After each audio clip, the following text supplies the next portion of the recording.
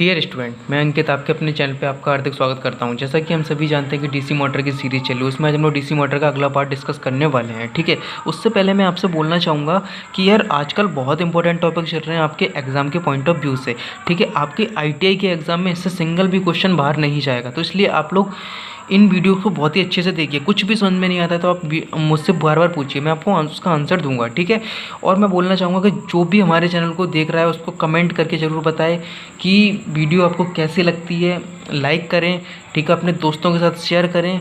Keep supporting my channel. ठीक है, तभी मैं आपको सपोर्ट कर पाऊँगा और आपकी अच्छे से कंपटीशन लेवल की भी तैयारी करवा पाऊँगा। ठीक है, इसलिए प्लीज़ सपोर्टिंग। तो चलिए आज हम लोग डिस्कस कर लेते हैं DC series motor. DC series motor हमने लास्ट क्लास में डिस्कस किया था। ठीक है, डीसी शंट मोटर में डिस्कस कर चुका हूँ उससे पहले वाली क्लास में। तो देखिए आज हमें क्या डिस्कस करना है, आज हमें डिस्कस करना है डीसी कंपाउंड मोटर। तो कंपाउंड इसको नाम से ही पता चल रहा है। कंपाउंड का मतलब होता है यौगिक का मतलब है कि किन्हीं दो चीज़ों का जुड़ना। यौगिक का क्या मतलब है बेटा? किन्हीं दो चीज़ों का जुड़ना। ठीक है, अब दो चीज़ों का किसका जुड़ना? तो देखिए हमने शंट मोटर पढ़ रखी है, सीरीज मोटर पढ़ रखी है। तो हम लोग करते क्या थे, डीसी शंट मोटर में आर्मेचर के पैरेलल में हम लोग फील्ड वाइंडिंग को कनेक्ट करते थे। ठीक है, और सीरीज मोटर में क्या करते थे, आर्मेचर के सीरीज में हम लोग फील्ड वाइंडिंग को कनेक्ट करते थे। यही काम तो हम लोग करते थे, लेकिन अब हम लोग सीरीज और शंट मोटर तो पढ़ नहीं रहे, अब हम लोग पढ़ रहे हैं कंपाउंड मोटर। तो सीरीज और शंट मोटर को जोड़ के जो मोटर बनती है उसको ही हम लोग क्या बोलते हैं, कंपाउंड मोटर।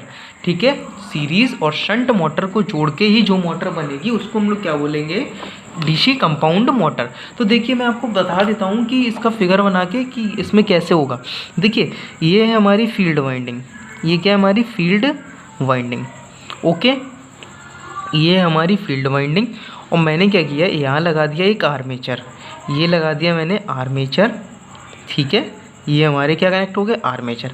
अगर हम इतनी मोटर को देखें तो ये कौन सी मोटर है, ये बेटा डीसी शंट मोटर है। आपने पुरानी वीडियो नहीं देखी तो वीडियो को देख लो, तो आपको ये चीज़ समझ में आ जाएगी। ठीक है, ये क्या है, डीसी शंट मोटर।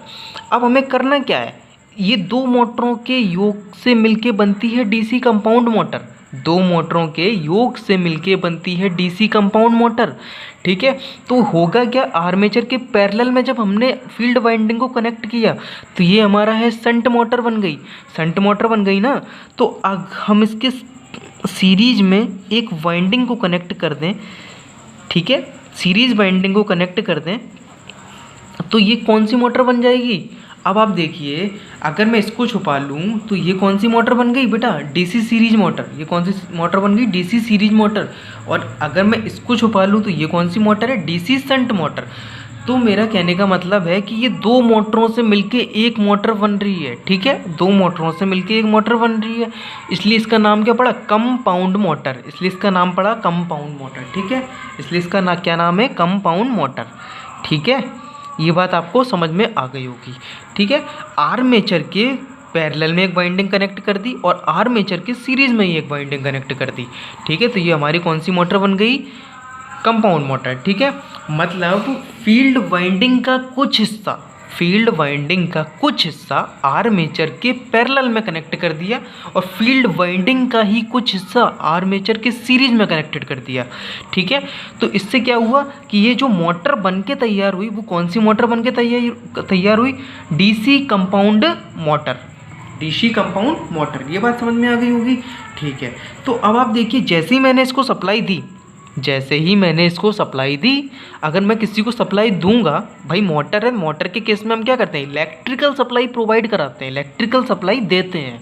तो जैसे ही हमने इसको इलेक्ट्रिकल सप्लाई दी, तो जैसे ही हमने सप्लाई देंगे तो इसमें करंट आएगा। करंट मान लिया मैंने आई। ठीक है, चलो IL ले लेता हूँ, लाइन करंट मान के चल रहा हूँ IL। ठीक है, अब ये क्या है, हमारी सीरीज वाइंडिंग है। ये कौन सी वाइंडिंग है, सीरीज वाइंडिंग। तो इसमें करंट कौन सा आएगा, ISE का मतलब है सीरीज करंट।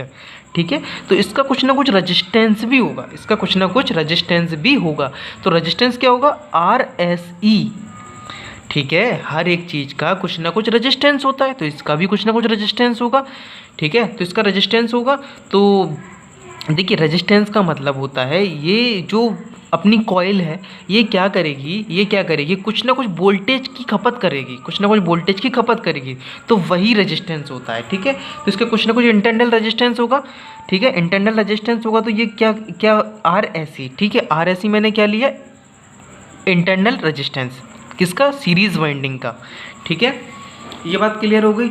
अब ये ISE करंट यहाँ से आगे बढ़ा तो इसको दो रास्ते मिले, एक रास्ता ये मिला और एक रास्ता ये मिला, ठीक है। दो रास्ते मिल रहे हैं भाई। तो यहाँ जो करंट आ रहा है तो ये हमारी कौन सी वाइंडिंग कनेक्ट है? Shunt winding. तो ISH करंट यहाँ आ जाएगा और इसका भी कुछ ना कुछ रेजिस्टेंस होगा, इसका रेजिस्टेंस कुछ भी होगा तो उसने RSH मान लिया, ठीक है।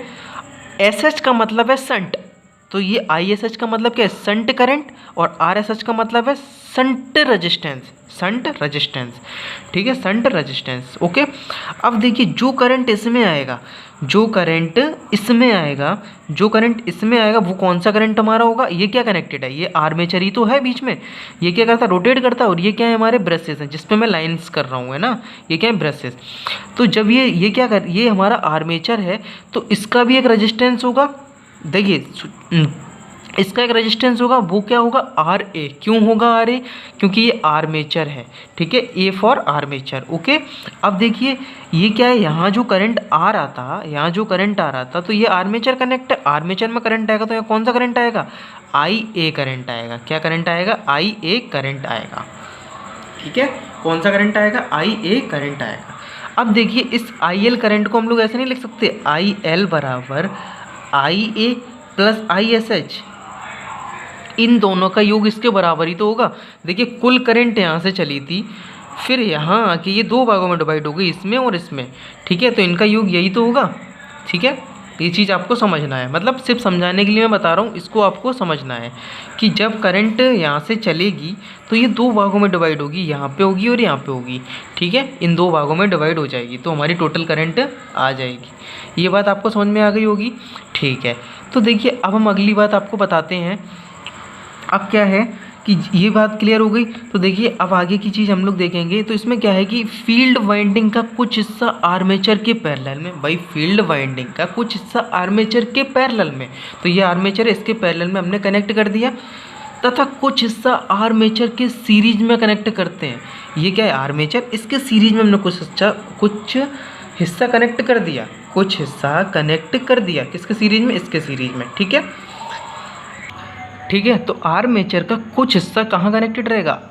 फील्ड वाइंड आर्मेचर के पैरेलल में, के फील्ड वाइंडिंग का कुछ हिस्सा आर्मेचर के पैरेलल में कनेक्टेड रहेगा और फील्ड वाइंडिंग का ही कुछ हिस्सा आर्मेचर के सीरीज में कनेक्टेड रहेगा।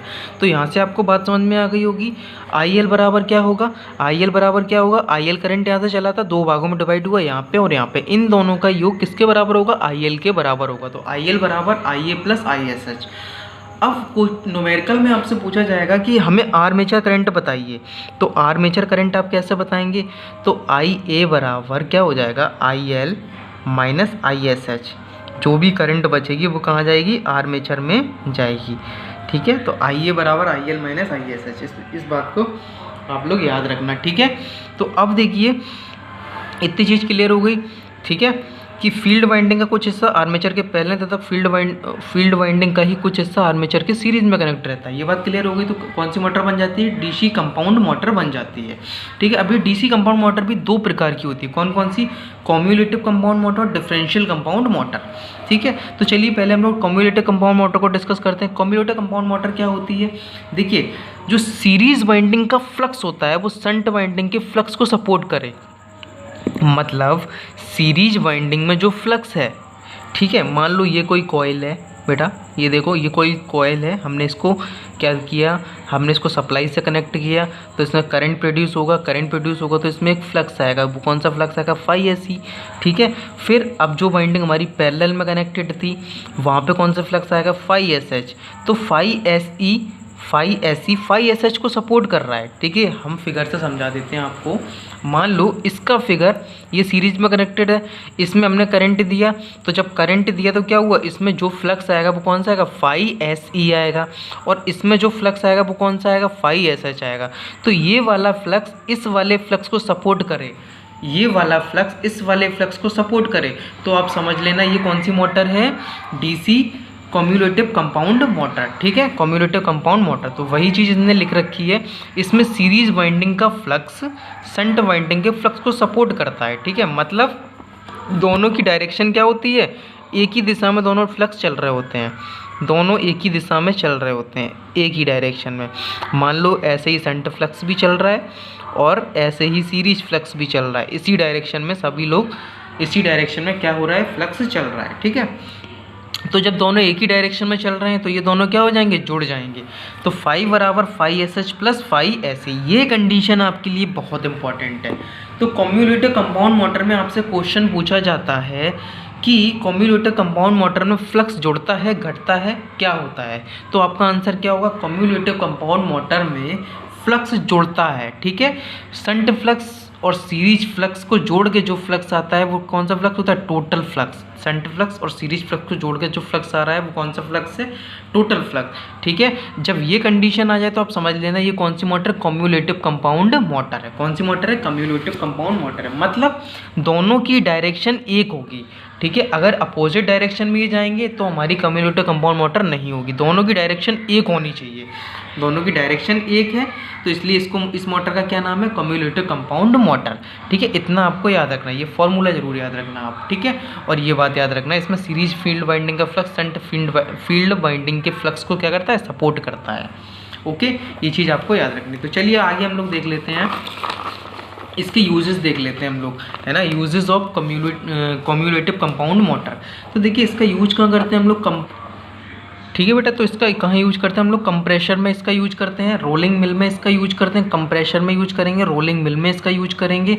एलिवेटर, एलिवेटर आई थिंक आपको नहीं पता होगा, एलिवेटर क्या होता है, आपने लिफ्ट वाले जो जीने देखे हैं ना, लिफ्ट वाले जीने, वही होता है एलिवेटर। ठीक है, उसमें हम लोग कौन सी मोटर यूज करते हैं, डीसी कम्युलेटिव कंपाउंड मोटर का यूज करते हैं, कम्युलेटिव कंपाउंड मोटर का यूज करते हैं। ठीक है, इसको हम लोग नो लोड पे भी ऑपरेट करा लेते हैं। आपने लिफ्ट में देखा होगा कि लिफ्ट कभी कभी खाली भी चलती है ना, मान लो लिफ्ट में क्या है, लिफ्ट अभी आप 4th फ्लोर पे हो, अभी आप कहाँ हो, 4th फ्लोर पे हो, और लिफ्ट आपकी कहाँ है, ग्राउंड फ्लोर पे है, लिफ्ट आपकी कहाँ है, ग्राउंड फ्लोर पे है।